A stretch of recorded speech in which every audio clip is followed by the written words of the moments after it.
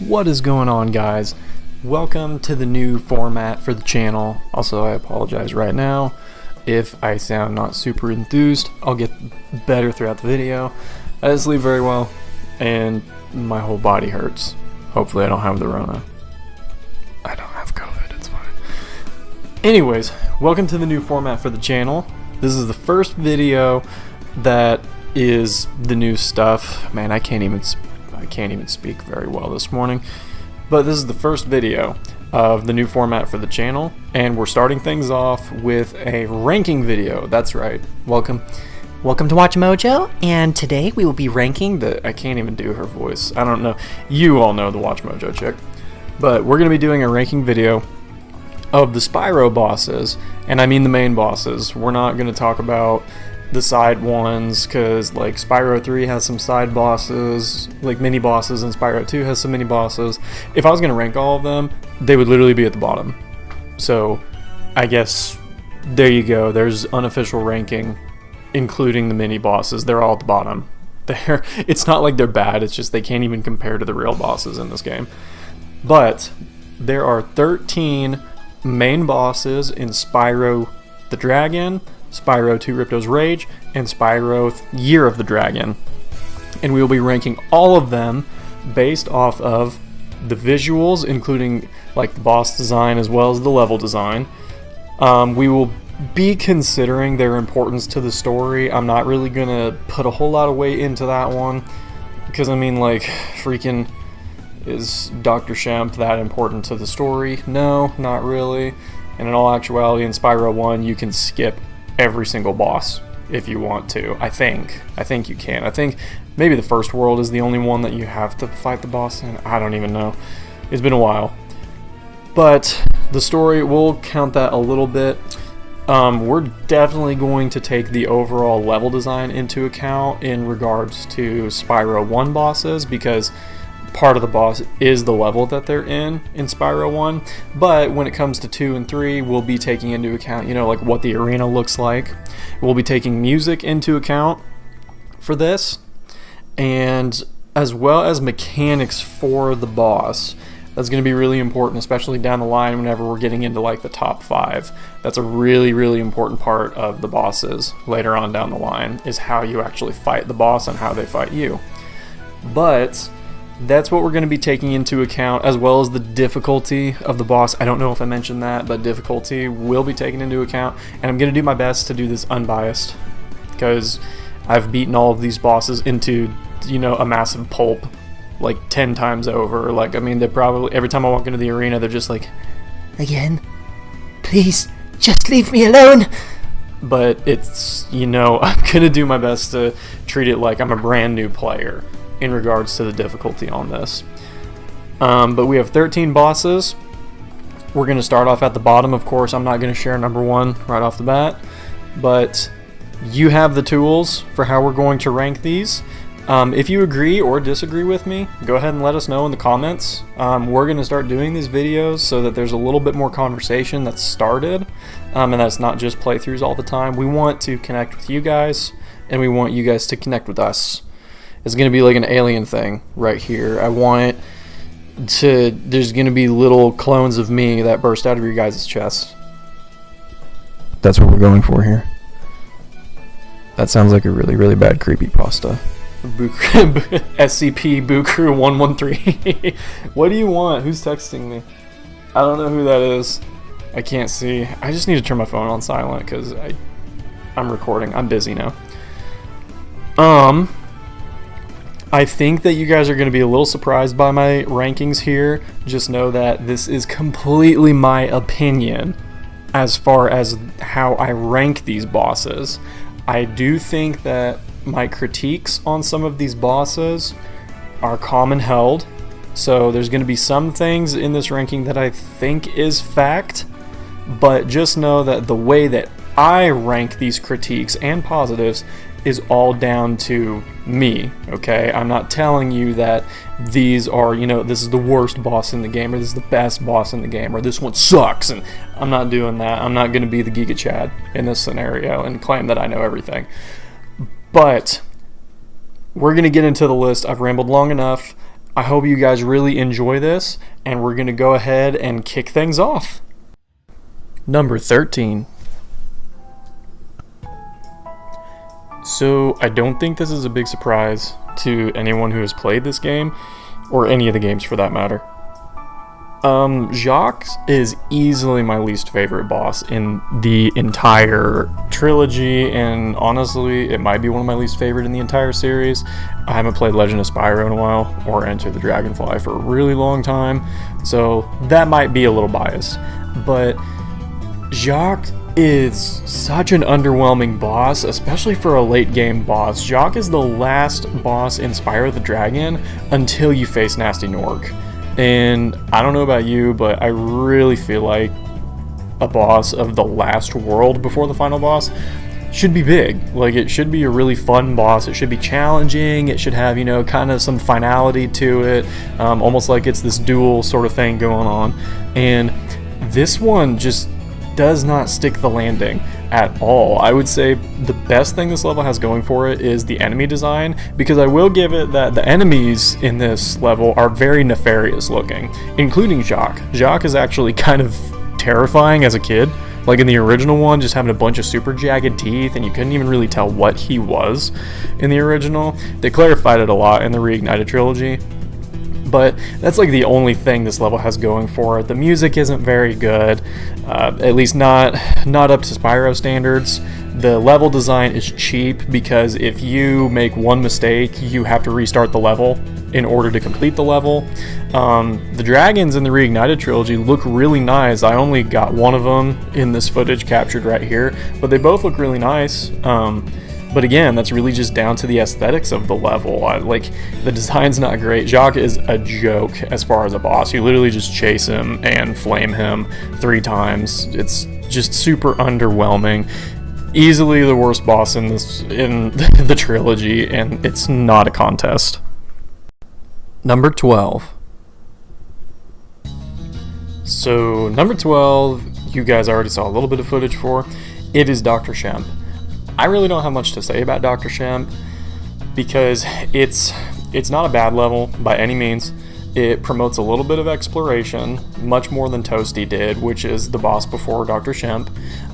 So there's a little bit of exploration. I'm just not a big fan of the fact that you have to backtrack so much in order to explore the level, because you don't gain access to everything until all the way back in the level, and then you're forced to go all the way through the level again in order to get to the end.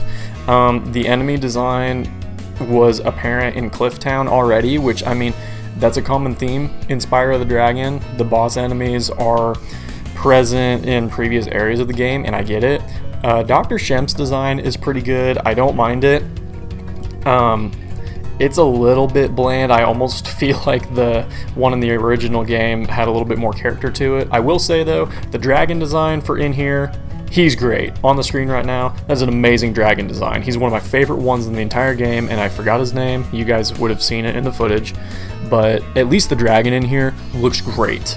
Totally fits Peacekeepers as far as theming goes. But yeah, there's just not much for me to say about it. He's really easy as a boss. You don't really feel accomplished when you beat him.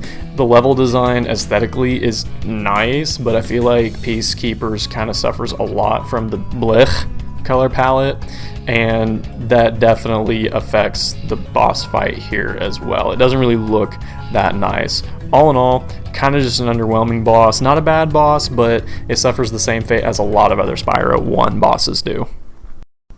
Number 11.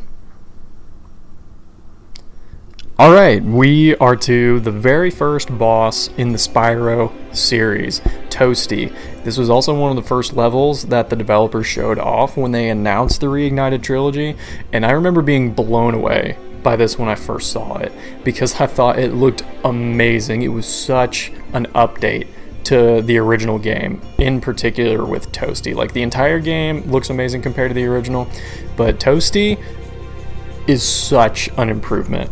Now, I'll stop fangirling about the update for a little bit. Toasty is a really good level, especially for a first boss level. There's a lot of interesting design choices that they decided to take. in regards to, you know, updating the castle to where there's a lot more things to look at inside of the castle where I'm at right now.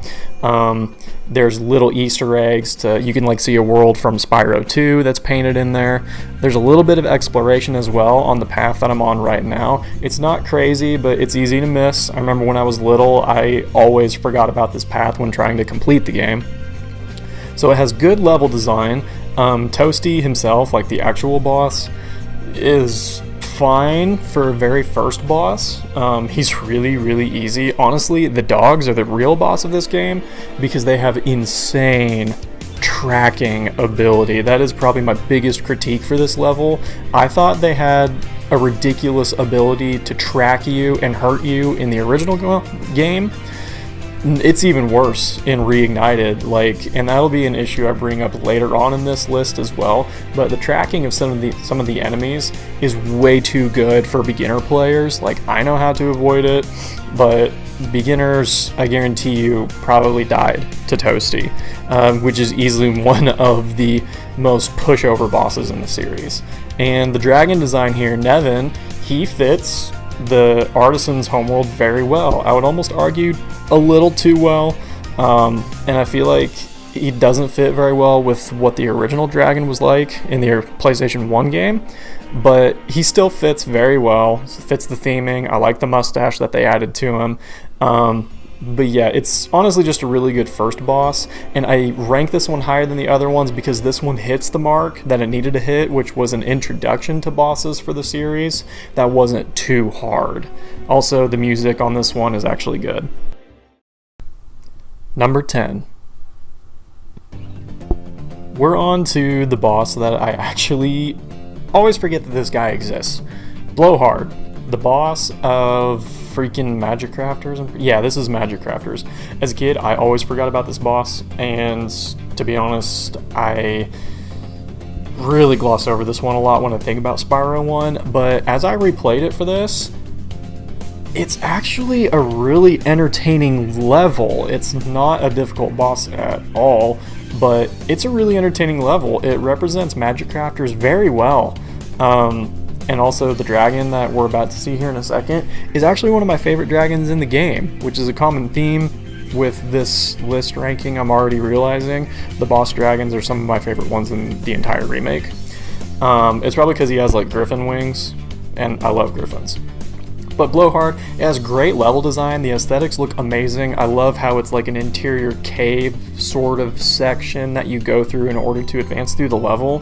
And there's a little bit of backtracking on it that's not too unforgiving. The druids are great designs in this remake, and I think they complement the level very well. Like I said, he's extremely easy as a boss. I never get damaged by him. To this day, I don't think I've ever been hurt by him. But the level itself isn't very challenging. The aesthetics look great. It feels like you're still in Magic Crafters, and also this level really feels like Spyro. The music is really good and catchy, but it's not in your face all the time. The level design feels like it's Spyro with all the mountainous views and the wonderful skybox to the background. And even though it's an easy boss, it's actually a really fun level. Number 9. Alright, so we are finally out of the Spyro the Dragon bosses on this ranking list. Hallelujah! And we're on to our first real boss on this ranking. I don't know, it was really difficult for me to pick who was going to be here, but I had to take into account how I feel about a lot of the bosses in the Reignited trilogy that at least are in Year of the Dragon. I don't really feel this way about Ripto's Rage very much, but Year of the Dragon kind of irritates me sometimes because I felt like it had the best bosses back on the original platform, and they really fall flat in this remake. Buzz is a really easy boss, don't get me wrong, but there are a lot of visual glitches that I seem to encounter with this boss fight. Aesthetically, it looks really good. I love Buzz's new design. I love the design of his arena. I love everything about how this one looks. As far as how it plays, though, it feels weird because of how they updated the tracking system in this game, which is odd because the AI actually functions the exact same way as it did in the original Year of the Dragon, and I'll show proof of that later on in the video. I'll mention it again, but it's a fine boss fight, especially for the first one in the game. It's really most of my complaints as why Buzz is number 9 and not higher is because of the updates in the remake. But aside from all of that, he functions very well as a first boss fight. He's not too difficult, mechanics are forgiving, and it is quite a bit of fun, and he does change throughout the fight as far as how he attacks you, and I actually really appreciate that. Number 8. Alright, this might come as a shock to those of you who have played the game, but we already have our first final boss, and it is Nasty Nork himself. I want to get the positives out of the way first. The music in this level, it's amazing. It feels like it is a final battle as it incorporates parts from the entire soundtrack into this level.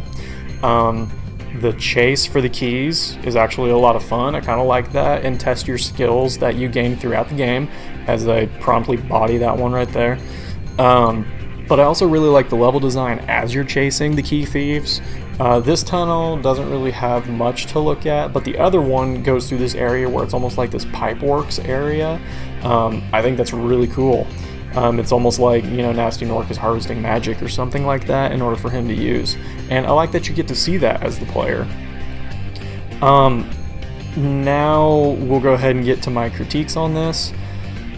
It's kind of underwhelming as a final boss. All you have to do is hit Nasty Nork twice, and one of the times he just stands there for you, and you do have to chase him through the level in order to be able to hit him, but he literally just stands there and looks at you. He doesn't even attack you, or at least the AI is so underwhelming that I don't think he attacks you.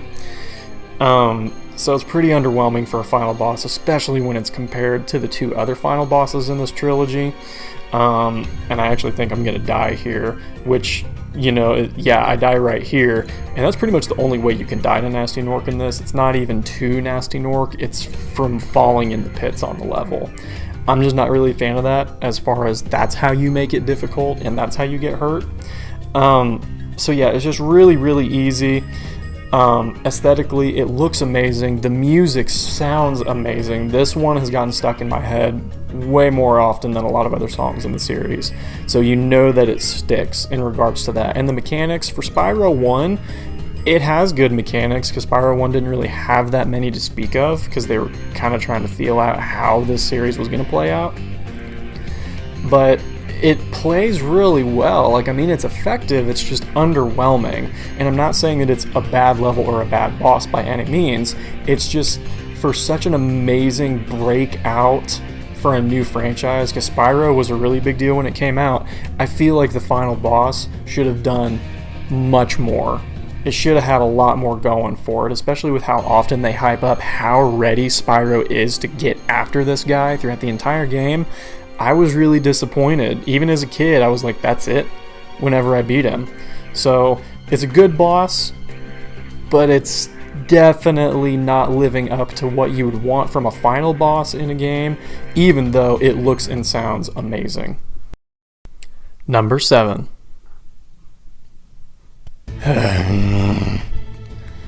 This is probably the first example on the list where I'm frustrated that a boss is so far down. And that is Scorch from Year of the Dragon. I mentioned earlier in this video that Year of the Dragon I love in Reignited, but there are some moments where I'm really irritated at it. And this is one of those moments, because Scorch used to be one of my favorite bosses out of all of the retro games that I loved as a kid. You know, Crash, Spyro, all that. I loved Scorch because I thought the mechanics were really cool. I loved how a bunch of different enemies throughout the game got spawned to fight against you, that you had to use missiles in order to attack them. Also, Bentley is your sidekick here, and I freaking love Bentley in Year of the Dragon. He's my favorite side character to use. And so much of it just falls flat in this remake. It's really irritating to me, and it's because right now you can see I hate how the Red Rockets track now, where they like auto-target Scorch. It used to be that they never auto-targeted, and if you were good at aiming, you could just jump up in the air and hit Scorch. I hate that change in the remake. The only other negative I'll say about this is that sometimes it's really difficult to tell what is going on in the arena around you. Like, you can probably tell, like, I got hit right there. I had no idea that enemy was there until I ran into the little egg it spawns in. It just really frustrates me. The level design is great, the music is great, and the boss fight itself is really fun, but this would be a lot higher on the list if it wasn't for the devs messing with something that they really didn't need to mess with here. So much of this thing sticks, except the fight itself. Number 6. Alright, here it is, our first Spyro 2 boss, only coming in at number 6, and that is Crush. I love Ripto's Rage. Something I've realized after playing the remake so many times is that Ripto's Rage is easily my favorite one in the original trilogy. Even going back and playing the original ones, this is my favorite. Crush is the best first boss out of 1, 2, or 3. He provides a decent amount of challenge. The aesthetics in the arena look amazing, even in the original one. I'm not even just talking about Reignited right now. In the original, it was one of the best looking arenas in the trilogy. And I love the fact that Ripto is constantly in the background watching over this, almost like some Roman gladiator fight, and that he's actually watching the duel. Like, Ripto is kind of a sadistic dude. Like, really, he watches every single fight in this series, like in this game, sorry. But Crush has a great introduction with the cutscene. It's a simple boss design, but it's challenging for a first boss.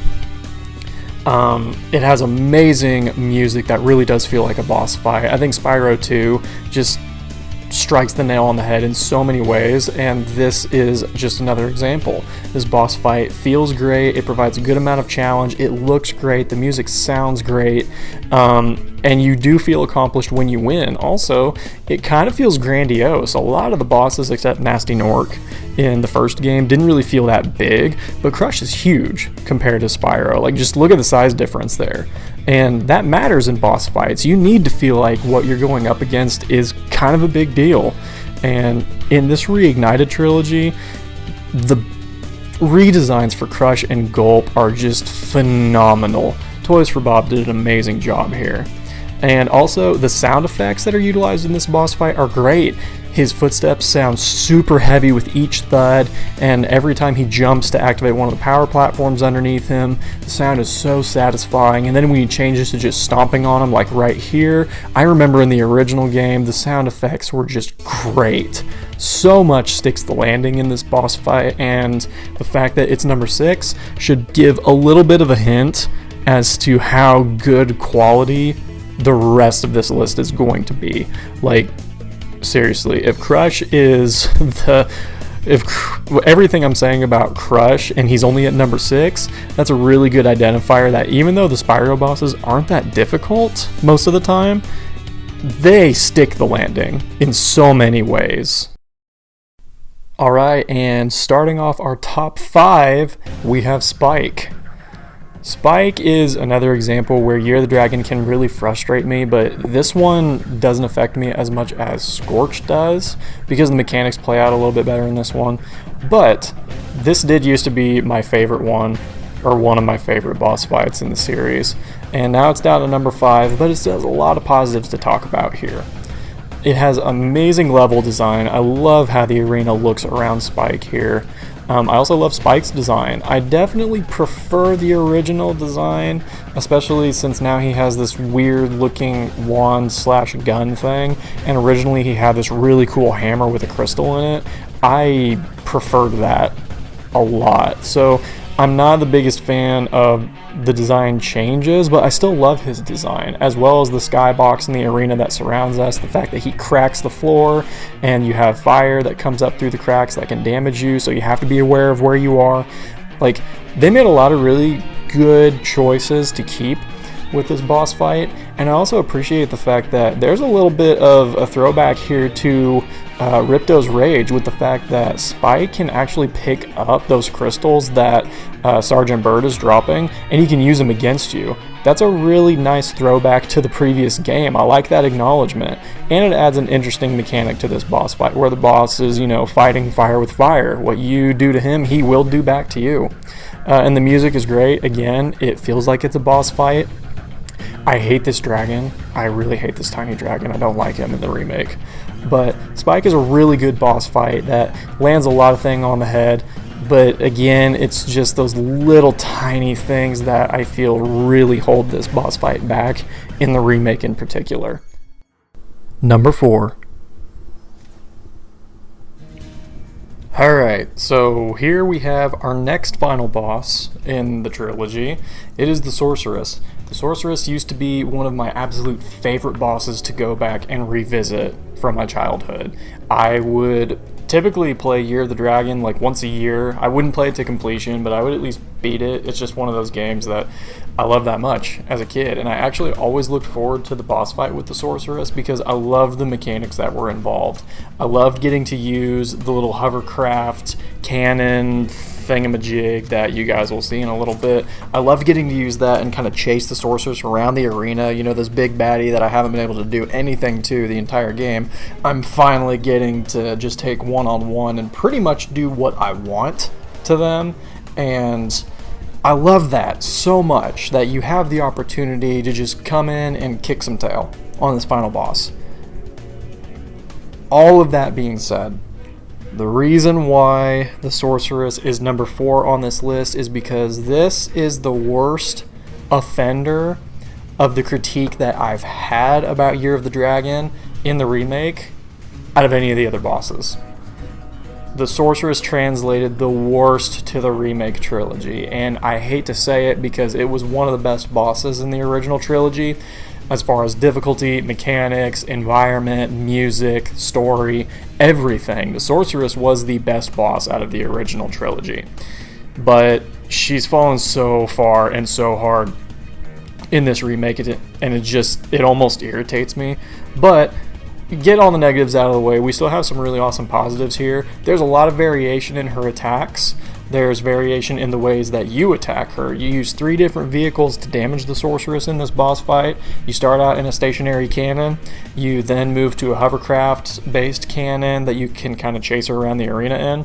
And then you actually get to board a UFO in this boss fight, which I loved as a kid. I thought that was such a neat idea. It's the first time in the series that I know of where you get to pilot a UFO freely. You're not tied to some rail mechanic or anything like that. You just get to fly it. But it's only at number 4 here because even with the UFO still being in here, it drives like crap. It is so bad. It drives worse than the lemon that came from the suspicious car dealer down the road. Like, it's bad. And you saw an example in the video here where, like, the camera was just focused on the Sorceress and I couldn't even see where I was for a second. That is that tracking issue that I've been talking about throughout this list, where, you know, I've said multiple times that the boss suffers from this and this and this. For some reason, they just made it to where the camera so hard locks on the boss in Year of the Dragon that you don't even know where you are. And it makes it really difficult to control yourself, especially in the UFO section here. And then another critique that I have that is really evident in the Sorceress fight is the fact that it forces you to slow down in the fight. Like in the original Year of the Dragon, you could body the Sorceress really fast if you knew what you were doing and if you were good at the game.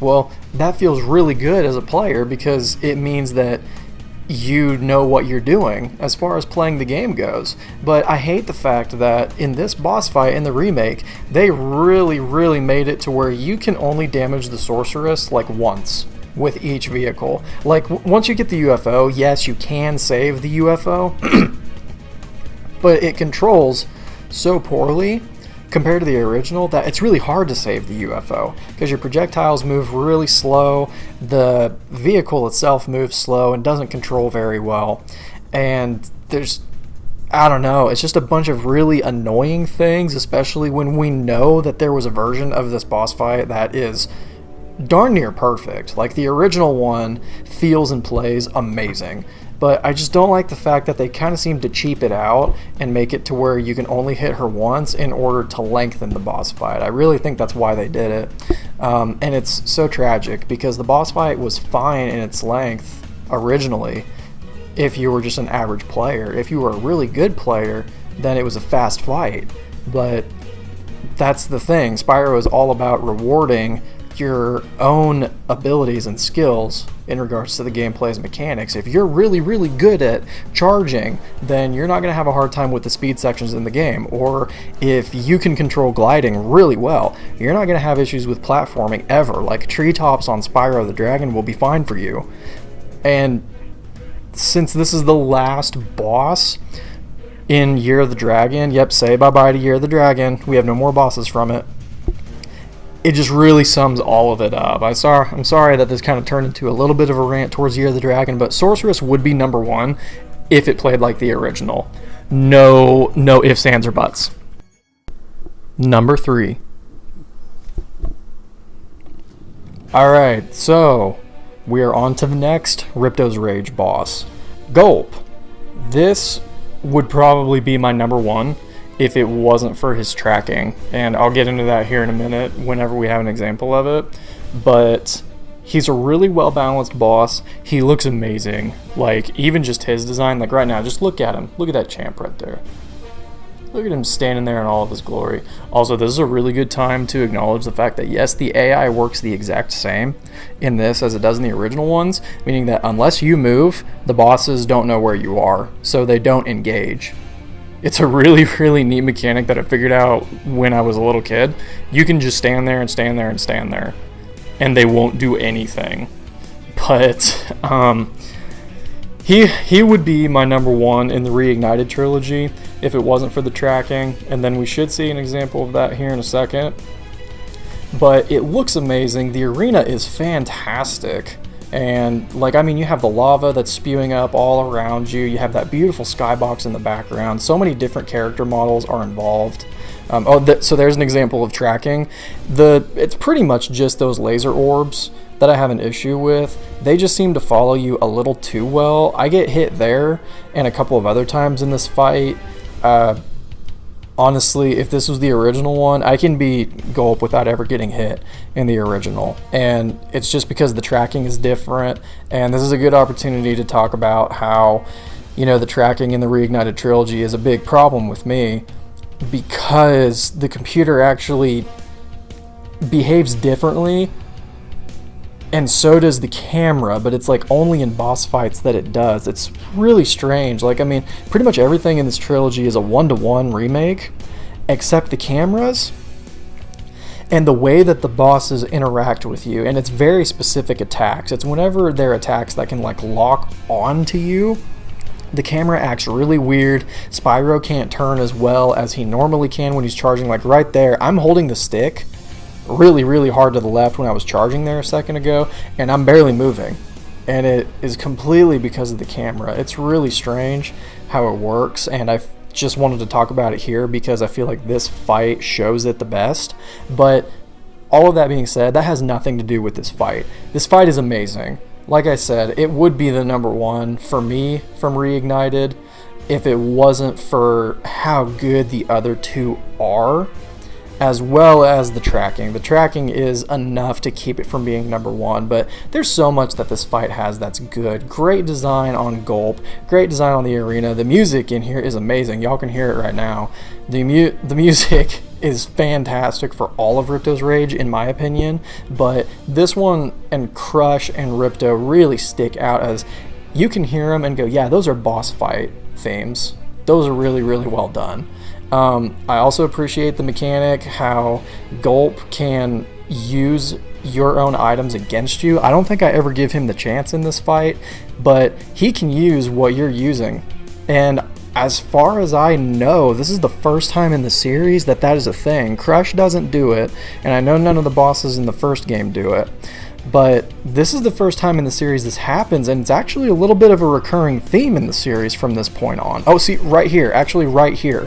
Right there, he uses the weapons against you, and that's just a really interesting mechanic. I like that, and it became a repeated thing in the series after this.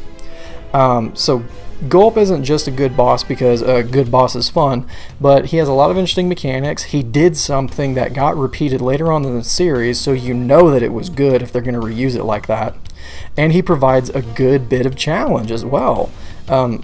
All of the Ripto's Rage bosses really stick it when they needed to, and are a big reason why Ripto's Rage is my favorite in the series. Number 2. Alright, so this is probably going to be my most controversial pick, and it is also the last boss from Spyro the Dragon. It is Metalhead. I'm really surprised that a Spyro the Dragon boss made it this high on my list, but there are a lot of reasons why Metalhead is number 2, and I even considered putting Metalhead as number 1 for this list, because it's my list, not yours, so screw off.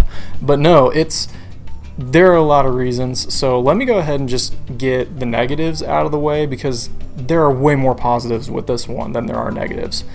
The only negatives that I have for this level is I wish that the actual boss fight was longer with Metalhead. You only get 2 engagements with him. I wish it was more. And that's really it.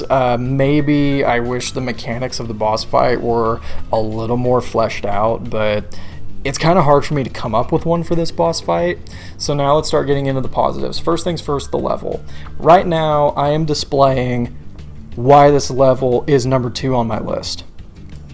It's because you can die in the lava. No, it's number 2 on my list because this is the only boss level that truly feels like Spyro. When Spyro was first made, Insomniac really wanted to make a game that made you want to explore, and you could see and explore everything. If you can see it, you can go to it. And for the most part, Spyro accomplishes that. And that's just such a big thing in this series. Like, I mean, they literally made a level called Clifftown that is just about you getting to explore as much as you want.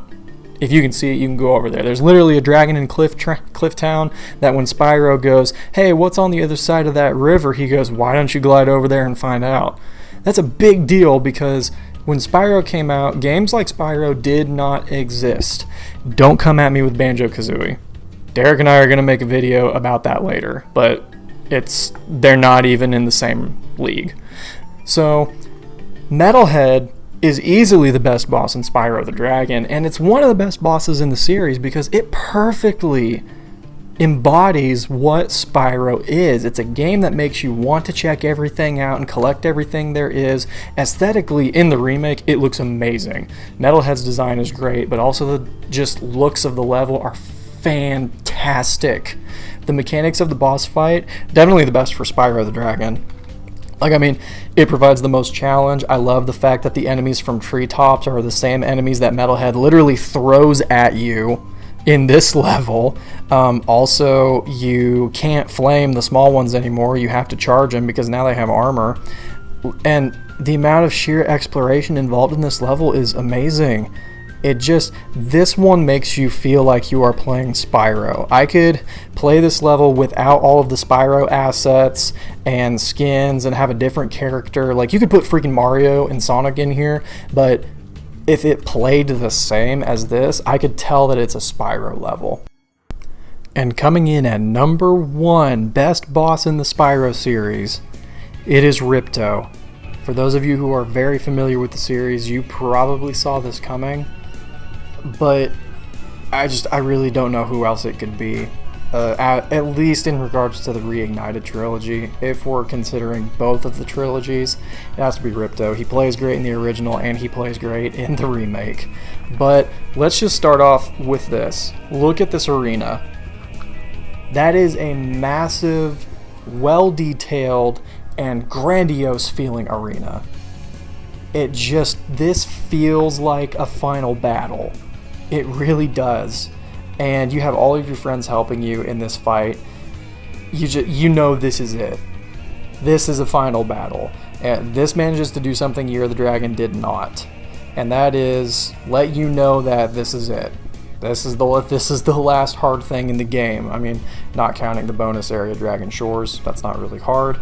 Derek, don't bring up the Dragon Coaster in this. Please don't do that to me. But the music that you can hear right now furthers that detail, the fact that this is the final boss. There's nothing else after this.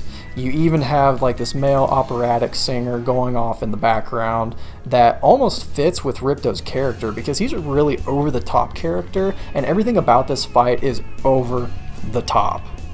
There's awesome mechanics in play here with the orbs that you've been collecting the entire time. The professor is powering up off screen for you so that you can use them to damage Ripto. But here's the deal, Ripto can use them too, just like right here. He can use the orbs that you've worked so hard to collect. And that's something that, again, was utilized in the next game. So you know that that's a really good mechanic. It's not just unique, but it's actually kind of fun to see what attacks Ripto gets versus which ones you get for the orbs. It's a challenging boss fight, but it's fair. I never feel like it's way too difficult. Now, for a brand new player, this is going to be a hard boss fight. And I would argue that it's the hardest one in the trilogy. No contest. It is a difficult boss fight if you're not really good at the game. But I think that's kind of the point, because Ripto's Rage tests you as a player way more than either of the other two games. But it's never unfair. That's the beautiful thing about this. There are multiple phases in this boss fight. Yeah, this is a Dark Souls game now. But there's multiple phases in this boss fight that you're seeing right now. I'm literally fighting Gulp again, and he's actually repeating the mechanic of he's going after the orbs. You actually have to play a little bit of defense here and keep him from getting the orbs, because if he does, he'll use them against you, just like he did when you previously faced him, and just like Ripto is trying to do here. So amazing mechanics involved with a multi-phase boss fight. And then here's the final phase right here, where these super amazing special powered orbs that you didn't have access to the entire time, now you have access to one. And what does it do? It makes Spyro have the infinite glide and super flame power up. So it turns into this giant flying battle over a ocean of lava in the same arena, and Ripto's shooting stuff at you. You can't run into the pterodactyl, or else you'll fall and you'll take damage. He can fly everywhere in the arena, so you have to chase him down. He's constantly firing things at you. Like, this is creativity and vision done really, really well. And you have to remember that this was originally running on the PlayStation 1. And it was great on the PlayStation 1. I would argue that the PS1 version plays better than this one does, but this is one of the boss fights that's not really bogged down by the new camera and tracking issues that I've brought up previously on this list. This one doesn't really suffer from it because your camera is pretty unlocked during this fight. But the multiple phases just lend to an amazing fight. Like, just look at this. For what is considered a kids game collectathon, this is a really good boss fight that provides a good bit of challenge to more experienced players. I don't know any other way to wrap up this list other than the fact that I'm one hit away from death here. I'm extremely experienced with this game, and I only barely beat Ripto without dying. And that shows you that it has a good amount of challenge, but it's all fun. It's such a fun boss fight for such a fun game. And I don't know any other way to wrap up this list other than saying this is the most perfect boss in Spyro. It really is. And I thank you guys so much for joining me on this. I hope you really like my list, and if you have any conflicting opinions, let us know in the comments. We look forward to talking with you, and we'll see you next time.